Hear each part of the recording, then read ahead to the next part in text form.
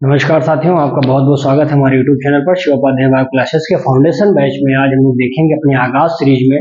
हमने 3 लेक्चर इससे पहले ले लिया दोस्तों। आज हम चौथे लेक्चर की बात करेंगे जिसमें हम लोगों को समझना क्या है पॉलन ग्रेन के बारे में, क्योंकि इससे पहले हमने माइक्रोस्पोरेंजिया या पॉलन या सारी चीजें हमने आपको एक्सप्लेन कर दिया था कि माइक्रोस्पोरोजेनेसिस वगैरह क्या था, किस तरह से मेयोटिक डिवीजन होता था, कैसे स्पोर टेट्राड बनते थे। ये तमाम चीजें we have already discuss in the last lecture. So now we will talk about pollen grain. तो आज हम पॉलन ग्रेन के बारे में देखने वाले हैं दोस्तों। तो देखिए पॉलन ग्रेन होता क्या दोस्तों, मेल कह सकते हैं कि मेल गैमेटोफाइट को रिप्रेजेंट करता है। फिर देखेंगे अगर आप हिबिस्कस के पौधे ले लीजिए, हिबिस्कस का फ्लावर ले लीजिए और उसको ओपन करेंगे तो आपके हाथों में कह सकते हैं कि एलोइस पाउडर टाइप का एक पाउडर लग जाएगा, ठीक है ना। उसको आप देखेंगे, पानी में डिप करेंगे तो तमाम प्रकार के वहां पर आपको क्या मिलेंगे, पॉलन आपको देखने को मिल सकते हैं। तो ये चीजें क्या ऑब्जर्वेशन करने का तरीका है दोस्तों। होता क्या है कि जो पॉलन ग्रेन होता है लगभग 25 से 50 मिलीमीटर इसका डायमीटर होता है और इसके पास जो हार्ड लेयर होते हैं, एक आउटर वाली होती है, एक्साइन एक इनर वाली होती है, इंटाइन लेयर होती है। तो ये दो अलग अलग प्रकार के क्या होते हैं, वॉल्स होते हैं। जो स्पोरोपोलेनिन से बना होता है, ये वाला पैक्टिन और सेलुलोज से बना होता है। स्पोरोपोलेनिन की वॉल पाए जाने की वजह से हम कह सकते हैं कि इसको एज अ फॉसिल के रूप में हम क्या करते हैं, स्टोर कर सकते हैं। और अगर आप चाहते हैं पॉलन ग्रेन को स्टोर करना चाहते हैं तो नाइट्रोजन लिक्विड अवस्था में हम -196 डिग्री सेंटीग्रेड पे क्या करते हैं, इसको हम प्रिजर्व कर सकते हैं फॉर द प्लांट ब्रीडिंग के लिए। तो ये तमाम प्रकार की प्रोसेस है दोस्तों। आइए उसी को हम लोग देखेंगे। तो आप लोग अपनी कॉपी निकालेंगे और पेन निकाल लीजिए, नोट जरूर बनाते चलेंगे हमारे साथ। हम इसको देख रहे हैं, यहाँ पे पॉलन ग्रेन हेडिंग डालिए, देखेंगे इसमें। पहला ले लेंगे बेटा, इसमें क्या रिप्रेजेंट मेल गैमेटोफाइट। पहली बात आपको समझ में आ गया कि ये क्या करता है, मेल गैमेटोफाइट को रिप्रेजेंट करता है। अगर आप एंथर ओपन करते हैं हिबिस्कस का, लिख लीजिए यहाँ पे चाहिए तो दूसरा वाला, ओपन द एंथर ऑफ इसका हिबिस्कस, इसका हिबिस्कस, डिपोजिशन ऑफ एलोइस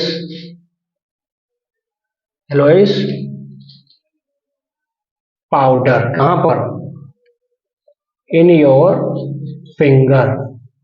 और फिर आप इसको क्या करेंगे, अपने उसी फिंगर को जिसमें एलोइस पाउडर डिप लगा है उसको वाटर में क्या करेंगे, डिप कर देंगे। वाटर में आप डिप करिए और आराम से उसको क्या कर सकते हैं, ऑब्जर्व कर सकते हैं। समझ में आ गई इतनी बातें। फिर देखेंगे दोस्तों, अगली बात लिख लेंगे, क्या बताएंगे, लगभग 25 से 50 मिलीमीटर क्या होता है इसका, डायामीटर होता है। समझ में आ गई इतनी बातें। फिर लिख लेंगे, काम लगाएंगे, विच हैव, क्या होता है इसके बाद, विच हैव टू आउटर बताएंगे, क्या टू आउटर बता देंगे किससे, exine, two exine and inner intine layer. इतनी बात आपको समझ में आ रही है कि बाहर वाला क्या है, एक्साइन है, और फिर हम देखेंगे कि जो इनर वाला है क्या बना है, इंटाइन से बना होता है। इतनी बात आपको समझ में आ गई होगी। अब इसमें जानने की जरूरत यह है बेटा इसमें कि हम लोग ये देख लेंगे कि किससे बने होते हैं, ठीक है ना। देखेंगे जो आउटर एक्साइन हमने देखा है ये किससे बना होता है, यहीं पर मैं लिख देता हूं ताकि आपको शॉर्ट फॉर्म में रहेगा, नोट भी बढ़िया बन जाएगा। देखिए ये ले लेंगे, स्पोरोपोलेनिन से बना होता है। ये बहुत खतरनाक कह सकते हैं कि क्या होता है, स्पोरोपोलेनिन जो होता है इसको कोई भी एंजाइम, नो एंजाइम डिग्रेड, ना तो कोई एंजाइम का कोई इस पर प्रभाव पड़ेगा, ना तो ये अल्कलाइन मीडियम में, ना तो हम कह सकते हैं कोई एसिड का प्रभाव इस पर पड़ेगा। दूसरी चीज, ये मोर टेम्परेचर को क्या कर सकता है, ज्यादा से ज्यादा टेम्परेचर को विथस्टैंड कर सकता है, धारण कर सकता है। इतनी कैपेसिटी क्या होती है, सिर्फ स्पोरोपोलेनिन की वजह से क्या होता है, इस पर पाया जाता है, ठीक है ना। यानी ये टॉलरेट करने की क्षमता रखता है। लेकिन वहीं पर आप देखेंगे तो जो आउटर इंटाइन वाला लेयर होता है ये वाला किससे बना होता है, तो यहां पर आप बता देंगे ये बना होता है सेलुलोज एंड पैक्टिन से, ठीक है ना। किससे बने होते हैं बेटा? सेलुलोज और पैक्टिन से बने होते हैं, ठीक है ना। अब देखेंगे पॉलन में क्या होता है बेटा कि एक चीज और ध्यान रखिएगा, पॉइंट हम बढ़ा लीजिए चाहिए तो। देखेंगे इसमें एक पॉइंट बताता हूं, देखेंगे इसमें एक जर्मपोर आपको दिखाई पड़ेगा। जर्मपोर अपीयर, अपीयर होगा कहां पर? Where sporopollenin absent. भाई स्पोरोपोलिन जहां पर उस पॉलन में एब्सेंट होगा वहां पर एक छोटा सा छिद्र दिखाई पड़ेगा, वही आगे जाकर के भी पॉलन ट्यूब का भी फॉर्मेशन आगे करेगा, तो वहां पर जो पोर दिखाई पड़ता है वो जर्म पोर होता है। तो पूछा जाता है कि अगर स्पोरोपोलिन इतना हार्ड है तो फिर उसमें छोटा सा छिद्र कैसे आ गया, कैसे जर्म वहां से कैसे पॉलन ट्यूब जर्म पोर कैसे दिखाई पड़ गया? तो हम बताएंगे कि वहां पर स्पोरोपोलिन नाम का जो केमिकल वो एब्सेंट होता नहीं पाया जाता है और उसी स्थान से जर्मोपोर दिखाई पड़ता है जो आगे जाकर के पॉलन ट्यूब का फॉर्मेशन करेगा जिसमें 2 मेल गैमीट होंगे। ये आगे की बात है लेकिन इतना ध्यान रखिएगा ये चीज में होती है। अच्छा, इसी स्पोरोपोलिन की वजह से हम बता सकते हैं कि इसको हम कहां पर रख सकते हैं, लिख लेंगे वेल प्रिजर्व्ड किया जाता है। कहां पर? Well preserved as fossil. क्यों? ड्यू टू स्पोरोपोलिन, ठीक है ना। तो स्पोरोपोलिन अगर इसके पास है तो लंबे समय तक हम लोग क्या कर सकते हैं, इसको प्रिजर्व कर सकते हैं, जिससे क्या होगा कि एज अ फॉसिल के रूप में क्या होगा ये जाना जाएगा। समझ में आ गया? इंटाइन वाला आपने देख ही लिया, इंटाइन किससे बना होता है भाई? सेलुलोज से और पैक्टिन से बना होता है। तो देख लेंगे एक पॉइंट और, यहीं पे छठा पॉइंट देख लेंगे। जो साइटोप्लाज्म होता है, साइटोप्लाज्म इसका of pollen grain, pollen grain surrounded होता है, किससे घिरा रहता है? Surrounded by plasma membrane. ये पीएम ध्यान देगा, प्लाज्मा मेम्ब्रेन को बोलते हैं। तो जो भी साइटोप्लाज्म किसी भी पॉलन में आपको दिखाई पड़ेगा वो घिरा रहता है किससे? प्लाज्मा मेम्ब्रेन से बना होता है। इसी आधार पर हम बता सकते हैं जब यही पॉलन जो होता है, यहां पर लिख लीजिए, यहां पर जब ये पॉलन जो होता है, पॉलन ग्रेन, ये मैच्योर्ड हो जाता है, मैच्योर्ड होता है, pollen grain is matured, it contain, तो इसमें क्या होता है? इट कंटेन, बता देंगे इसमें 2 सेल होते हैं, 2 सेल पाए जाते हैं बेटा। यानी कब ये दिखाई पड़ेगा? जब पॉलन ग्रेन मैच्योर्ड हो जाएगा। पहला का नाम बता देंगे, यहां पर ऐसा लिख लीजिए, वेजिटेटिव, वेजिटेटिव है ना। और एक कौन सा जाएगा भाई? ले लेंगे यहां पर जनरेटिव। तो कई बार पूछा गया है कि वेजिटेटिव और जनरेटिव सेल्स पॉलन में कब बनते हैं? When the pollen grain become the matured it has the 2 sailed, और 2 सेल्ड का नाम क्या हो जाएगा? वेजिटेटिव हो जाएगा, जनरेटिव हो जाएगा। इन्हीं दोनों की कहानी और आगे देख लीजिए, देखेंगे इसमें आगे बताएंगे बेटा। इसमें 8 पॉइंट बना दीजिए इसको। जो वेजिटेटिव सेल होता है, लिख लेंगे यहां पर क्या होता है? विगर होते हैं, बड़े होते हैं। क्या होते हैं ये? विगर, ठीक है ना। होता क्या है इसमें? मोर फूड रिजर्व, बहुत सारे इसके अंदर फूड रिजर्व होते हैं, इसमें लार्ज होते हैं। तो बता देंगे इरेगुलर न्यूक्लियस इसमें पाया जाता है। तो सबसे पहली बात क्या होगी? वेजिटेटिव की पहचान क्या है? ये सेल बड़े होते हैं, विगर होते हैं, इसमें इरेगुलर न्यूक्लियस पाया जाता है, साथ ही साथ इसके अंदर फूड रिजर्व भी ज्यादा पाया जाता है। इसी के साइटोप्लाज्म में भी जनरेटिव सेल घूमेगा, देखिएगा अभी आ रहा है। फिर इसमें 9 पॉइंट बना दीजिए, इसमें बना देंगे यहां पर, बता देंगे कि जो जनरेटिव सेल होता है, जनरेटिव सेल क्या करता है? ये जनरेटिव सेल स्मॉल होता है, होता है छोटा होता है, जो कि फ्लोट्स करता है, तैरता है। कहां पर? Floats in cytoplasm of vegetative cell, vegetative cell के ऊपर क्या करता है? तैरता रहता है, ठीक है ना। फिर ले लें कैसा होता है ये? स्पिंडल शेप्ड का होता है। कैसा होता है ये? स्पिंडल शेप्ड होता है, जिसके पास क्या होगा? डेंस साइटो, गाढ़ा साइटोप्लाज्म होगा एंड ए न्यूक्लियस, और एक सिंगल न्यूक्लियस इसमें क्या होगा? पाया जाएगा। ये ध्यान दीजिएगा, यानी हम बता सकते हैं इसमें कि बेटे क्या होता है, लगभग 60% आपको देखने को मिलेंगे। मैं यहीं पे बता देता हूँ, देखिएगा लगभग 60% आप 10वें पॉइंट बना दीजिए इसको, 60% आपको देखेंगे कि ये टू सेल्ड होते हैं, पॉलन ग्रेन टू सेल्ड होते हैं। लेकिन जो बाकी 40% और आपको दिखाई पड़ने वाले हैं वो कितने हो जाते हैं?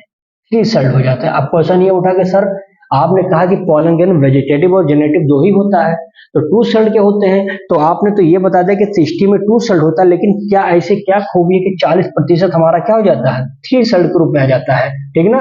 तो यहीं पर आप देखेंगे कि जो जनरेटिव सेल होता है क्या होता है? इसमें डिवीजन होता है। जो जनरेटिव सेल होता है इसमें माइटोटिक डिवीजन चलेगा। क्या चलेगा भाई? इसमें हो जाएगा माइटोटिक डिवीजन चलेगा, और ये दो बना देगा भाई। एक हमारा क्या है? हमारा हो जाएगा जनरेटिव सेल। तो जनरेटिव सेल में बेटा क्या होता है कि इसमें माइटोटिक डिवीजन चलेगा, और माइटोटिक डिवीजन चलेगा तो एक से दो हो जाएगा, यानी जनरेटिव में डिवाइड कर दिया। और वेजिटेटिव तो ऑलरेडी पहले पढ़ा हुआ है ना, तो एक वो और दो दो इसने किया है, तो दो एक तीन, यानी तीन हो जाते हैं। तो ये 40% ऐसे एंजियोस्पर्म में आप देखने को मिलेंगे पॉलन ग्रेन जिसके अंदर क्या होता है? वो थ्री सेल्ड होते हैं। तो कभी कभी ये क्वेश्चन आता है, नीट वगैरह में आया भी है कि when the pollen grain are the two celled, so how you can say that it is a three celled? आप कब कह सकते हैं कि थ्री सेल्ड होता है? तो ये जो हमारा जनरेटिव वाला होता है उसमें माइटोटिक डिवीजन चलता है, जिसकी वजह से वो दो बन जाते हैं। वेजिटेटिव पहले से रहता है, कुल मिला के तीन सेल्ड हो जाते हैं। क्लियर होगा हमारा मामला? चलिए अब इसको यहाँ पर एक छोटा सा फिगर मैं बता देता हूँ, इसका बना देता हूँ। पहले इसको आप बना लीजिए, इसमें साथ ले लीजिए इसका।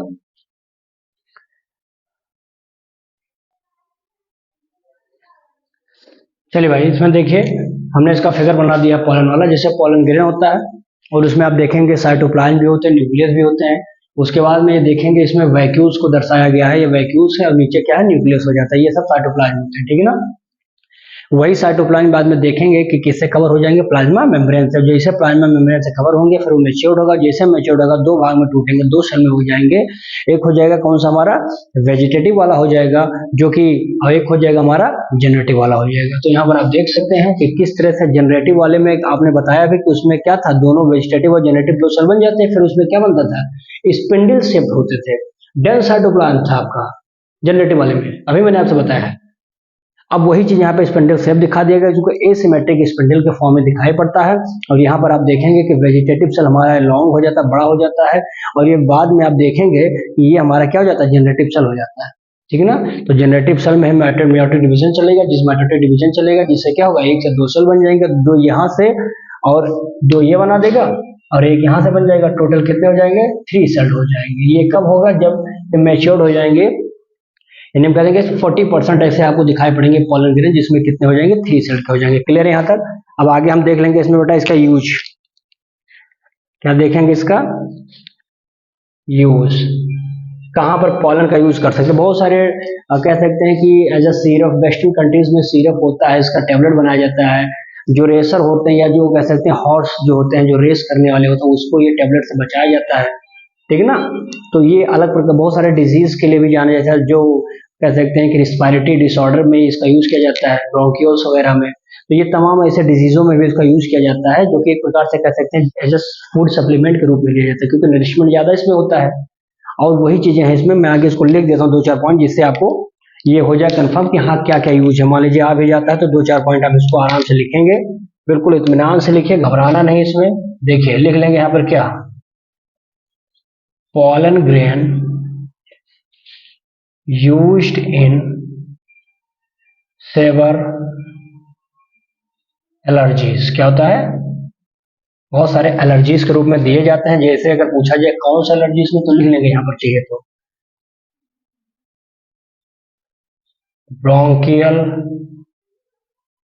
Application, bronchial application. कुछ ऐसे आपको मिलेंगे जो क्रोनिक रिस्पायरेटरी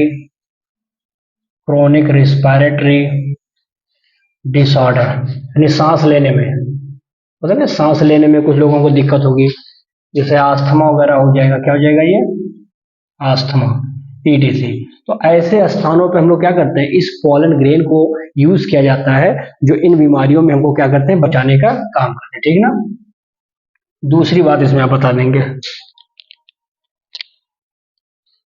लिखेंगे it rich in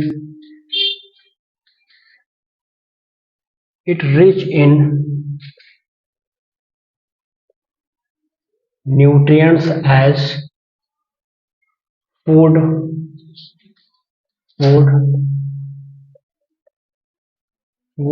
supplement of pollen tablet. इसका पॉलन का टेबलेट भी बनाया जाता है, पॉलन का टेबलेट। वहीं पर आप देखेंगे कहां पर, वेस्टर्न कंट्री में, इन वेस्टर्न कंट्री में आपको क्या दिखाई पड़ेगा कि लार्ज नंबर में, वहां पर आपको लार्ज नंबर में क्या मिलेगा, इसका पॉलन टेबलेट एंड सीरप। क्या होता है, सीरप, यानी हम इसको एज अ लिक्विड फॉर्म में होता है ना, सीरप लाते हैं, पी लेते हैं, कहते हैं मैंगो का कोहर इसमें मिला रहता है, या कोई और ग्रेप्स का बन जाता है सीरप, बच्चों को दिया जाता है। ठीक उसी तरह से ये ऐसे डिजीज में क्या होते हैं कि हम लोग इसके छोटे छोटे टेबलेट आते हैं खाने के लिए, या सीरप बन के आता है लिक्विड फॉर्म में, उसको पिया जाता है। तो ये कहीं ना कहीं देखिए कितना हमारे लिए इंपॉर्टेंट है। पौधे का भाग है, हमने क्या कहा चैप्टर में, sexual reproduction in the flowering plant. हम ये सब क्यों कर रहे हैं, ताकि वह ह्यूमन उसका क्या कर सके, कंज्यूम कर सके, यूज हो सके हमारे लिए। तो देखिए किस प्रकार से पौधे भी हमारे लिए किस तरह से रिलेट कर रहे हैं। तो देखिए यहाँ से तमाम प्रकार के हमारे लिए क्या बना रहे हैं, दवाइयों का यूज किया जा रहा है, ठीक ना। इसमें चाहिए तो एक और ले लेंगे, ये रोका जाता है किसके लिए, प्रिवेंट्स कर दिया जाता है, रोक दिया जाता है, किसके लिए भाई, प्रिवेंट्स इन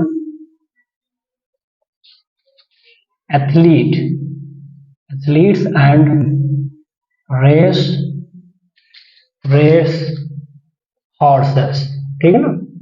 रेस हॉर्सेस जो होते हैं, यानी दौड़ने वाले जो घोड़े होते हैं, उनमें रोक लगा दिया जाता है कि आप लोगों को मत दीजिए, नहीं तो उनके अंदर शक्ति ज्यादा आ जाएगी, और शक्ति ज्यादा आ जाएगी तो एक आम व्यक्ति जो दौड़ेगा, आम घोड़ा होगा, वो जब दौड़ेगा तो उससे कई गुना ये तेज दौड़ेगा। तो इस पर गवर्नमेंट रोक लगा देती है। जैसे आपने देखा होगा कि मिलिट्री की भर्ती होती है या कोई पुलिस की भर्ती होती है, तो लोग उसमें क्या करते हैं, सुई लगवा लेते हैं, इसमें सुई लगवा लेते हैं, इंजेक्शन ले लेते हैं, दवाई खा लेते हैं, ताकि उनके शरीर में जो उनका सर्कुलेशन काफी तेज रहे, उनके अंदर एक्साइटमेंट तेज रहे।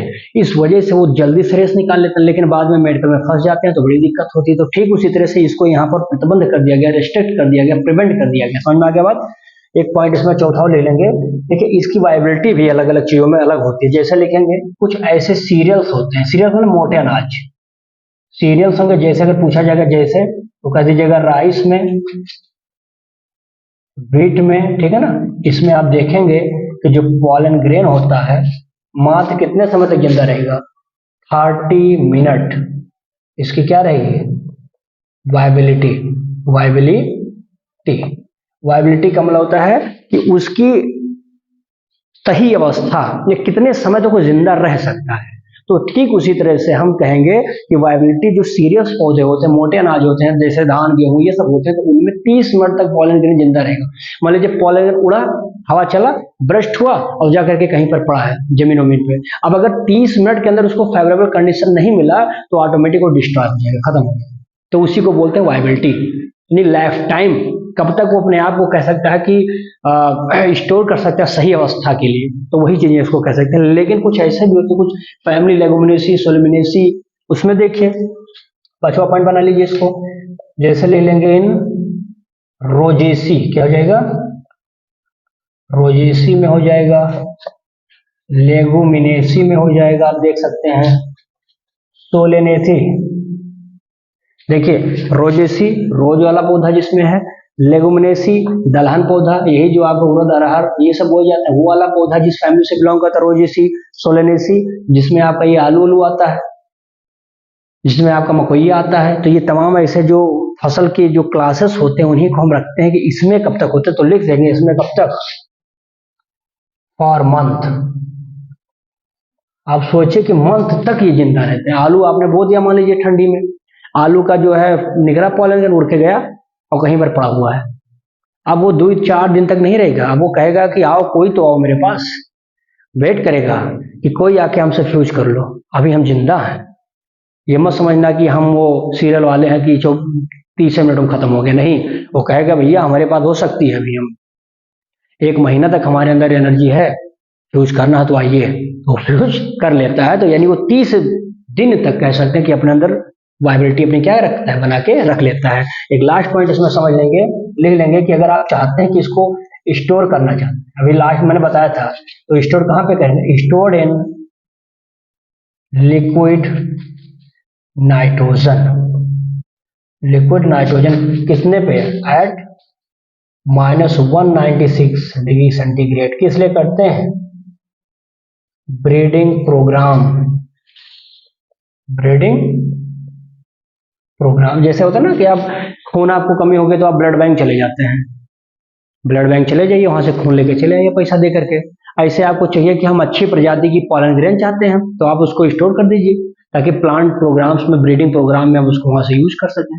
तो ये सब जो हो रहे हैं, इसको ऐसे थोड़ा ना, अभी आपने कहा 30 मिनट में खत्म हो जा रहा है, कहीं आपने कहा 1 महीना में खत्म हो जाता है, हम चाहते हैं इसको लंबे समय तक रखें, तो उसके लिए चाहिए क्या, आपको कुछ केमिकल चाहिए, यानी नाइट्रोजन चाहिए, और भी लिक्विड में चाहिए, वो भी टेम्परेचर कितना, -196 डिग्री सेंटीग्रेड, बहुत ज्यादा, जीरो बिल्कुल जा रहा है इतने माइनस पे। तो इतना अगर टेम्परेचर ये केमिकल मिल जाता है तो आप उस पॉलन ग्रेन को लंबे समय तक स्टोर कर सकते हैं। आपको जब फसल ब्रीडिंग करनी होती है तो वहां पर आप उसका क्या कर सकते हैं, यूज कर सकते हैं। तो इस प्रकार से हम लोगों ने आज देखा कि पॉलन ग्रेन क्या होता है, किन चीजों से बना होता है, कहाँ रखा जाता है, कौन कौन से लेयर्स पाए जाते हैं, किसमें 2 सेल्ड होते हैं, किसमें 3 सेल्ड होते हैं, क्या है वेजिटेटिव सेल, क्या है जनरेटिव सेल, यूज कहाँ पे होता है, ये अलग अलग चीजों को आज हम लोगों ने देखा है बेटा। तो जितना आज रखेंगे, वीडियो आपको अच्छा लगेगा तो जरूर लाइक कमेंट शेयर जरूर करा करिए, ठीक है ना, इतना आप लोग जरूर करिए, भूलिएगा नहीं, क्योंकि आप जब आगाज में आ चुके हैं तो आगाज सीरीज में आप जान लीजिए कि आपका भी आगाज हो चुका है। अब आपको आने वाले बोर्ड में टॉप लिस्ट में आने से कोई रोक नहीं पाएगा, इस विषय से तो गारंटी है, बशर्ते आप आगाज सीरीज को लगे रहिए। अब बहुत जल्द ही हम आ रहे हैं क्लास 10th का लेकर के, इसी वीक हम देखेंगे क्लास 10th में, आप देखेंगे एक सीरीज हमारी आ रही है, उसमें मिलेंगे। 9th में भी आ रहे हैं, 9th का भी मैं आ रहा हूँ, और फिर क्लास 11th, ये अलग अलग क्लासेस के अलग अलग हम सीरीज चालू कर रहे हैं, जो आप लोगों के बेनिफिट में काफ़ी मदद आपको मिलेगा, और इसका यूज़ आप लोग करिए जिससे अपने आप को बेहतर कर सके, है ना। वही है कहानी की, लगा दो आग पानी में, जवानी उसे कहते हैं, और छीन लो सिलेक्शन, कहानी उसे कहते हैं।